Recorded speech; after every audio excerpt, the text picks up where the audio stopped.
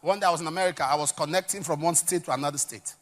So I was following up the election. It was a Senate election. I think they were done with their presidential. It was a Senate election. We're moving from one state in America to another state. So I sat down with some guys with tattoo and earrings. And obviously, these are rich kids. You know, their parents are rich, obviously, American kids. And tattoo and earrings and rastas. I mean, they were just sitting by my side. And we were discussing. I was asking them about the election. We were just talking. And I said, who are you supporting? There were two major candidates in that state, the state I was flying from. And they supported a very decent guy. And the other guy that was a rasta, that I expected them to support their kind. No, that was my thinking. They said, this one. All of them said, no, it's this guy, this guy, this guy. I said, what? I expected. They laughed. They said, we know why you are saying that. Because you're saying that because of how we look. I said, yes. They said, that's the problem. It cannot lead us if it's like us. He said, what's he going to tell us? We'll meet him in the club. We'll meet him in the bar. He can't lead us.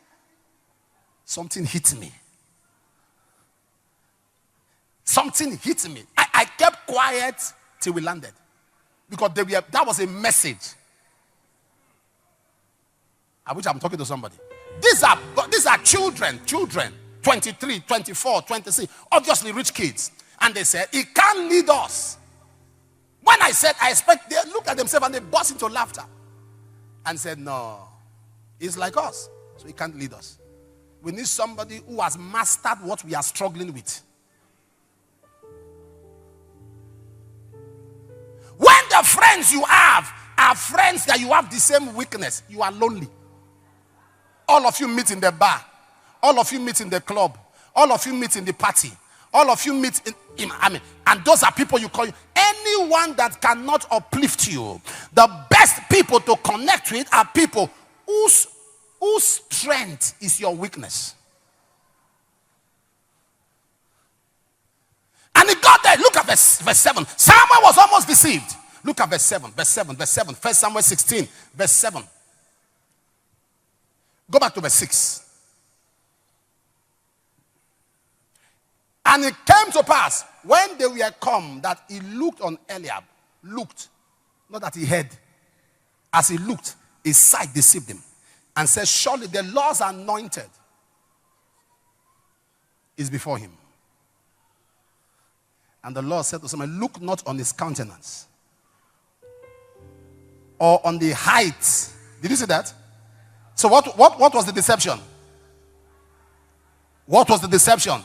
Because Saul was equally tall. He said, because I'm trying to talk on divine, that God rejects people. For the Lord seeth not as man seeth. Now, God said, look not on his countenance. Now, look at verse 8. Look at verse 8. Jesse called Abinadab and made him pass before Samuel. And he said, Samuel didn't wait for God to tell him this time. He understood the mind of God. Neither are the Lord choosing. Now, go to verse 12. Verse 12. And he sent and brought him in. And now he was ruddy and wither of a good, beautiful countenance, and goodly to look to. And the Lord said, arise, anoint him, for this is it. Look at this scripture very well. Memorize it. He was ruddy and wither of a beautiful countenance. But I go back to verse 7 rather. Verse 7. Verse 7. The Lord said to Samuel, look not on his countenance. Go to verse 12. He was of a beautiful countenance.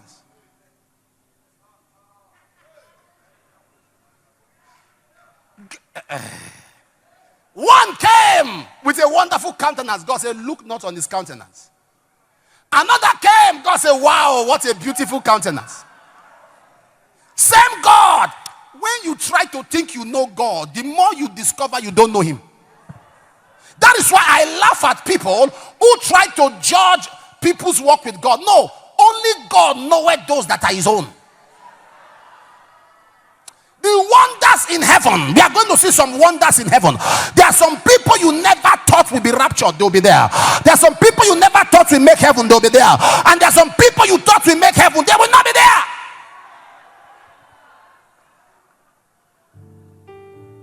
God accept. Bible says, look not. You didn't. Bring up verse 7 again. I'm not sure you understand that. Bring up verse 7. The Lord said to someone, look.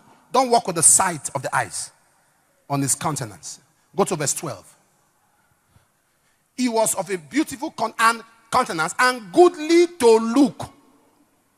One God said, don't look. The other God said, look. He is God. Sir, if we are to go by human metrics here, we are to go by human metrics and human standard, we'll say this is not fair. Right? We'll say this is not fair. For one man, you say don't look at him. Forget his countenance. I reject him. For another, look at him. God is God. He wasn't elected. He cannot be impeached. His standards are beyond your human understanding. That is why you have to be careful before you open your mouth on matters that have depth.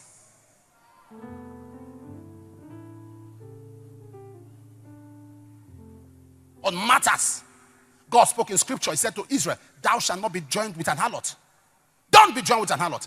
And he met a prophet. He said, go and marry a harlot.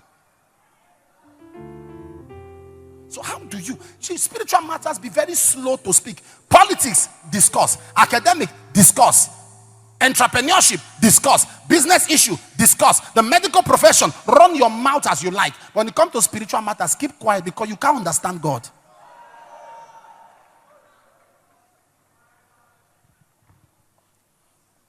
His standards are high.